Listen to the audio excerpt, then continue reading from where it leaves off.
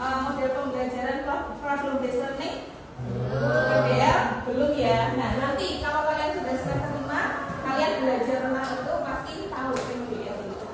Nah, gitu ya. Nah, untuk tujuan perkuliahan kita hari ini yang pertama ada dua ya. Yang pertama, teman-teman mahasiswa diharapkan mampu menganalisis perbedaan antara keempat teori perkembangan anak. Nah, ada 4 tadi yang saya sebutkan. Nah, kemudian yang kedua, diharapkan teman-teman mampu memberikan contoh dari keempat teori yang saya sebutkan tadi. Itu ya. Sudah siap semuanya ya? Masih ingat yel-yel kita sebelumnya, mahasiswa berprestasi? Bisa. Pasti bisa. Gitu ya. Nah, kita coba. Mahasiswa berprestasi pasti bisa. Satu kali lagi. Mahasiswa berprestasi pasti bisa.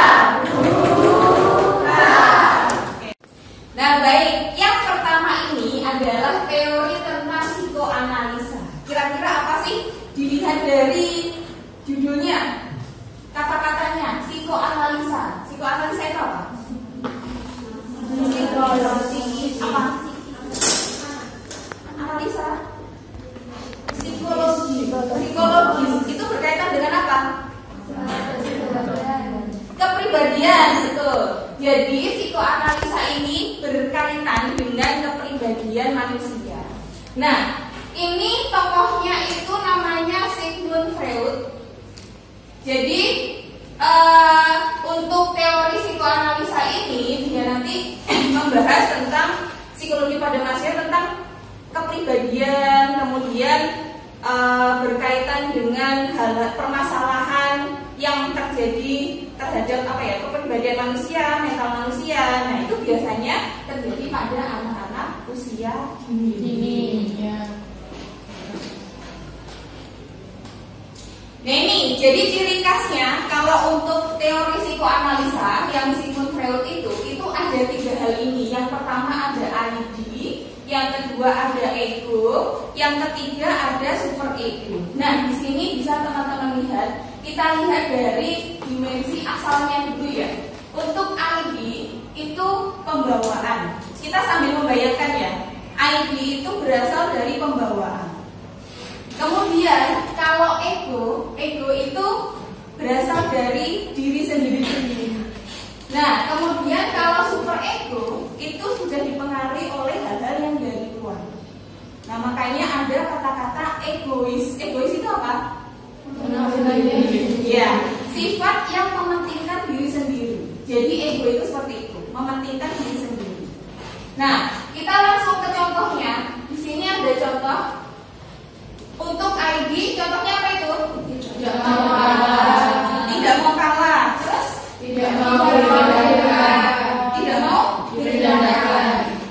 direndahkan. Yang ketiga? Gengsi. Nah, coba dirasa-rasakan lagi. Tidak mau kalah, tidak mau direndahkan, dan gengsi. Itu adalah sifat dasar manusia. Ya tidak? Ya. Nah, itu sifat dasar manusia. Nah, kemudian kalau contoh dari ego, marah, merajuk, memberontak. Nah, ego itu contoh-contoh dari ego itu adalah respon yang kita berikan, ya kan, terhadap sesuatu. Kita marah, kita merajuk, kemudian apa lagi tadi? Kita memberontak. Itu adalah respon yang kita berikan kepada orang lain, kepada lingkungan kita, gitu. Tapi itu lebih cenderung tidak terkontrol, gitu ya. Nah, coba sekarang kita lihat yang super ego. Contohnya apa? Menerima keadaan, menerima kenyataan, memahami kenyataan, menerima keadaan, memahami kenyataan. Jadi kalau super ego itu sudah terpengaruh dari luar. Jadi ketika kita itu punya ego, kita suka marah, kita suka memberontak, gitu ya. Itu kan kita anggap sebagai hal yang negatif. Tapi ketika kita sudah berbaur dengan lingkungan, dengan orang-orang, kita mengetahui bahwa memberontak itu tidak baik. Akhirnya kita akan menerima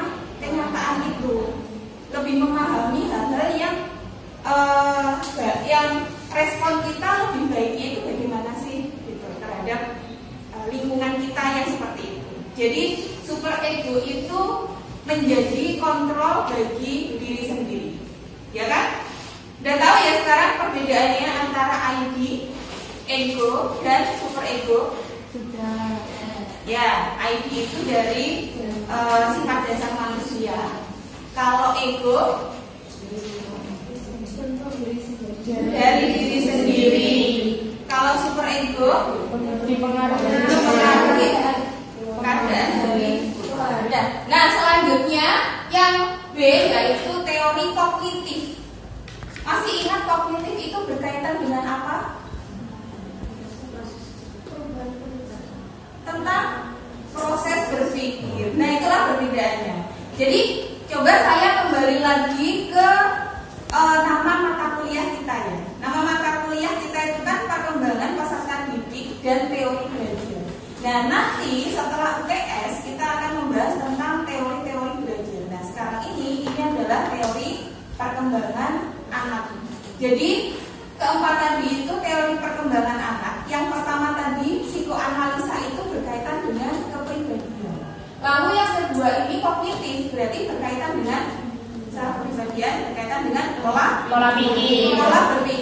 Nah, jadi teori kognitif itu akan membahas tentang proses berpikir, terutama pada anak-anak. Nah, nanti untuk teori kognitif ini ada dua tokoh. Yang pertama itu Piaget, yang kedua itu Vygotsky. Nah, ini yang terkenal dan akan dibawa teman-teman sampai nanti menjadi guru. Itu. Nah, yang pertama kita bahas itu adalah teori kognitif Piaget. Nah, ini ya. Jadi kalau Piaget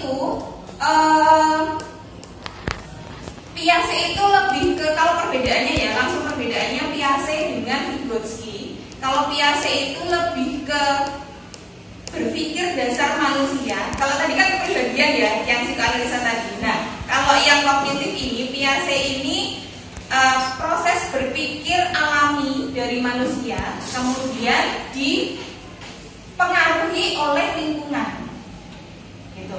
Dipengaruhi oleh lingkungan. Nah, menurut Piaget itu ada tahap perkembangan kognitif Piaget. Di sini ada 4 tahapan. Yang pertama ada sensori motor, itu usia 0 sampai 2 tahun. Kemudian pra-operasional itu 2 sampai 7 tahun. Kemudian operasional konflik 7 sampai 12. Kemudian 12 tahun ke atas itu operasional formal. Nah, nanti teman-teman bisa baca masing-masing ciri-cirinya itu seperti apa. Yang jelas kenapa kok pernah ya dulu itu usia SMP dan SD itu tidak boleh diberikan pelajaran biologi, fisika, kimia. Pernah dengar nggak? Iya. Jadi langsung IPA atau IPA terpadu. Pernah dengar? Iya. Nah, itu kenapa? Karena alasannya itu tahap perkembangan yang kedua dan ketiga. Jadi anak-anak itu masih pada tahapan berpikir operasional konkret. Jadi dia tidak bisa berpikir secara abstrak. Nah, ini teorinya itu ada di sini. Nah, selanjutnya untuk teori kognitif Vygotsky. Nah, Vygotsky, kalau tadi saya ulangi, untuk yang Piaget tadi itu proses berpikir dasar yang ada pada manusia dihubungkan dengan lingkungan. Nah, kalau Vygotsky ini dia percaya bahwa seorang anak atau seorang manusia itu berpikirnya itu akan lebih berkembang ketika dia itu dihubungkan dengan bahasa dan lingkungan sosial. Gitu. Jadi dia berpikir bahwa perkembangan seorang anak, kemudian ada guru yang mengajari, gitu. Ada guru yang mengajari, itu akan lebih maksimal perkembangannya daripada si anak itu belajar sendiri, gitu. Jadi ada proses mengajari di situ, mentutori seorang anak itu. Gitu. Nah, sekarang untuk teori kognitif tahu ya perbedaannya antara Piaget dan Vygotsky? Kalau Piaget tadi itu kemampuan proses berpikir dasar. Kalau Vygotsky berkeyakinan bahwa proses berpikir itu akan berkembang kalau ada bantuan dari lingkungan sosial dan juga bahasa. Behavior itu berhubungan dengan perilaku atau tingkah laku. Nah, ini nanti untuk teori behavioristik itu ada 6 tokoh dan 6 tokoh ini memiliki pendapat yang berbeda-beda. Jadi mereka itu punya penelitian yang berbeda-beda. Ada yang menelitinya itu meneliti tingkah laku itu dengan menggunakan anjing, ada yang dengan kucing, ada yang dengan tikus gitu. Sampai mereka menemukan bahwa oh ternyata perilaku itu seperti ini gitu. Nah, nanti ini yang akan kalian diskusikan bersama kelompok kalian. Itu tentang masing-masing teori behavioristik dari ke-6 tokoh ini. Nah, selanjutnya saya akan menjelaskan tentang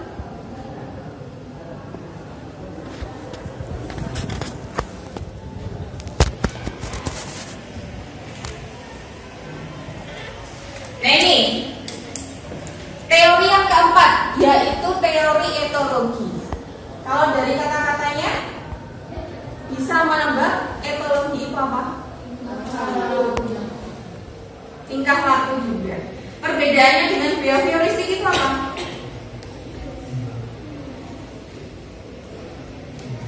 Nah, oke. Jadi tokohnya ini siapa tokohnya? Lawrence. Tokohnya adalah Lawrence. Jadi ini Lawrence ini cukup unik. Jadi yang teori behavioristik tadi itu kan membahas tentang tingkah laku. Nah, untuk etologi ini juga membahas tentang tingkah laku juga. Nah, perbedaannya itu apa? Perbedaannya kalau teori behavioristik itu harus ada stimulus dulu, baru ada respon. Ada stimulus dan respon. Nah, sedangkan kalau etologi ini adalah perilaku dasar manusia. Nah, sama seperti teori yang pertama tadi, apa teori pertama tadi? Psikoanalisa. Psikoanalisa, kemudian ada kognitif, ada yang dasar, ada yang dipengaruhi dari luar, gitu kan? Nah, kalau yang behavioristik ini juga gitu. Behavioristik itu dipengaruhi dari luar, sedangkan etologi itu adalah perilaku dasar manusia. Nah, uniknya Lawrence ini menggunakan angsa sebagai bahan penelitiannya. Jadi dia itu menunggu angsanya, angsa diletakkan di inkubator.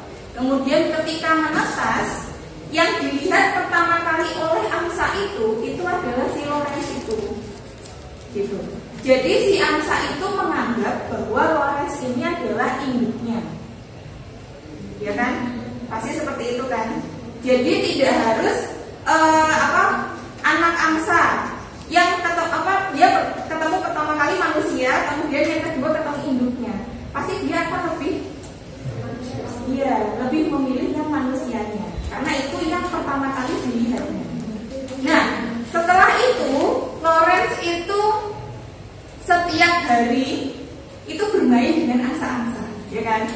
Jadi dia kemana-mana dengan angsa, jalan dengan angsa, kemudian mandi dengan angsa, mulai sampai dia itu merasa dekat dengan angsa. Nah, akhirnya angsa-angsa itu akan mengikuti dia.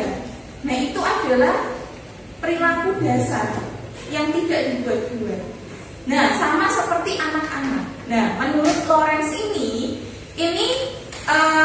karena tadi kan ini perilaku dasar ya, perilaku dasar. Jadi Lawrence ini menamakannya imprinting. Imprinting itu apa sih?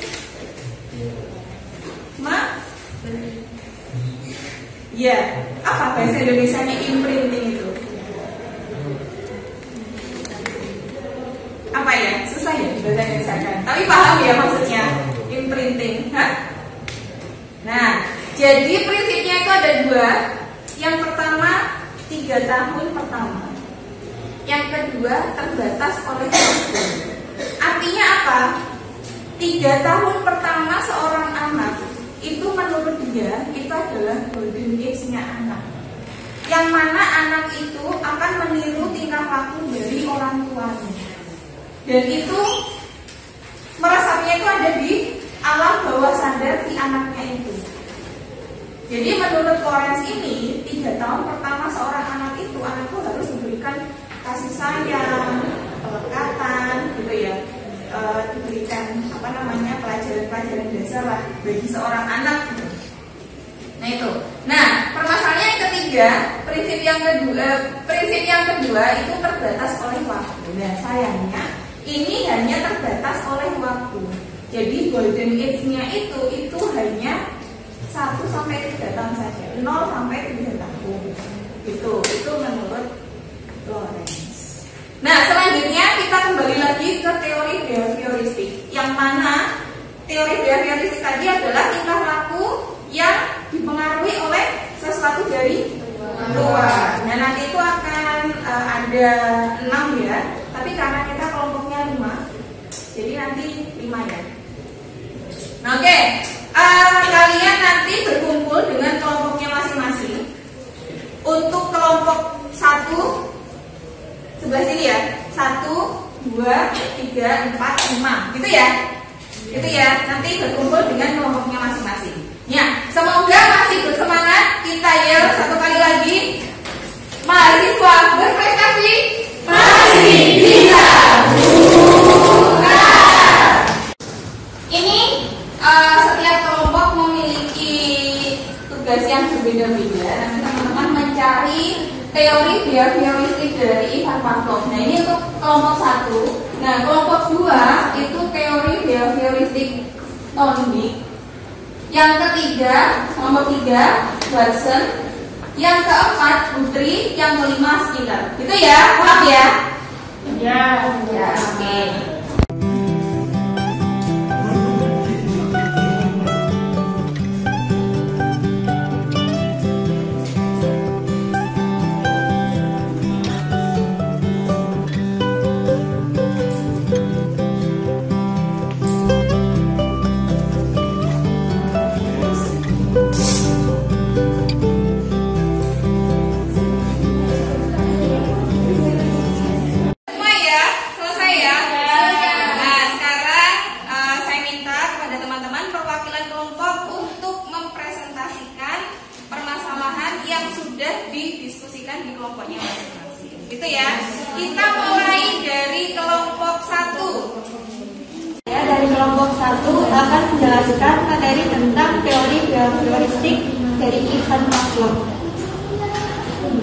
Ivan Pavlov itu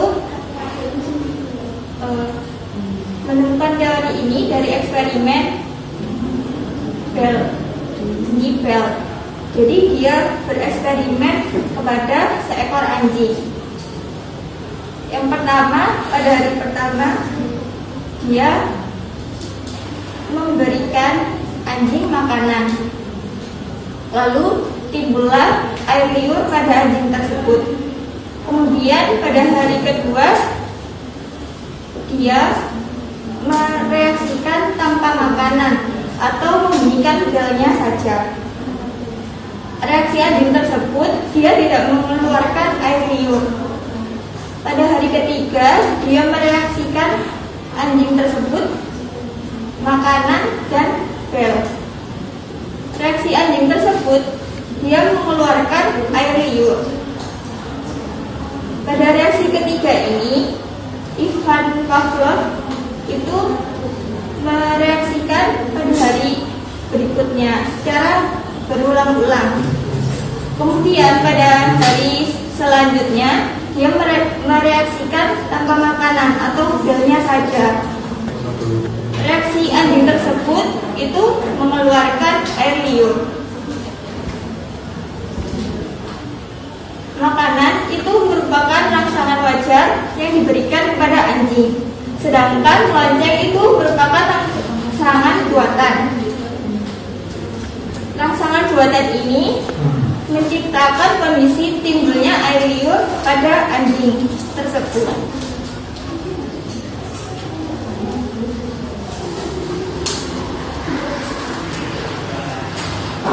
Dari contoh, diketahui bahwa dengan menerapkan strategi Pavlov, individu dapat dikendalikan melalui cara mengganti stimulus alami dengan stimulus yang tepat untuk mendapatkan pengulangan respon yang diinginkan. Sementara individu tidak menyadari bahwa ia dikendalikan oleh stimulus yang berasal dari luar dirinya. Terima kasih. Ya, Dari kelompok 2 akan menjelaskan apa itu teori behavioristik Thorndike. Nah, teori behavioristik itu kan dipengaruhi oleh luar ya, sedangkan Thorndike itu memberikan stimulus atau respon, berarti memberikan tindakan dan respon. Seperti kayak kita mengajar, terus kita gurunya itu memberi respon pada peserta didik, terus peserta didik itu memberi timbul balik kepada guru tersebut. Jadi ada bunga timbal balik antara pendidik dan guru tersebut.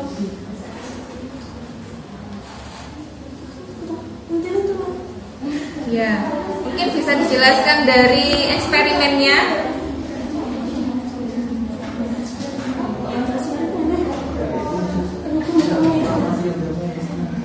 Kalau hukum-hukum teori Thorndike itu kayak hukum kesiapan, itu Boleh.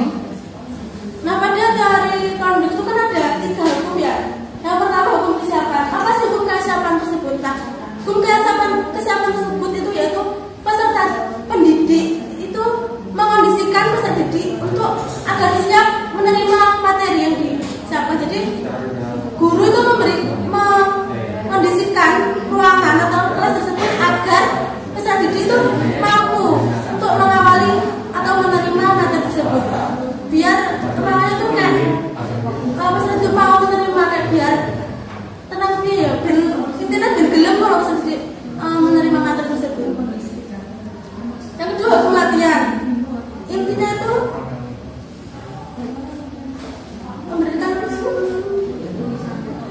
memberi materi pelajaran yang diulang-ulang. Jadi pendidik sebelum masuk, pendidik saat masuk di kelas itu mengulang-ulang pelajaran. Biar apa? Biar peserta didik itu ingat apa yang diulang. Jadi semisal kita kayak pertemuan pertama itu diulang bla bla bla. Habis itu pertemuan kedua. Nah, pada pertemuan kedua itu mengulang pertemuan pertama. Terus pertemuan ketiga mengulang pertemuan yang kedua dan pertama. Biar apa? Biar itu murid biar gampang ingat. Kalau kalian nggak percaya, coba aja. Pasti pas ulangan itu muridnya akan lebih ingat materi tersebut.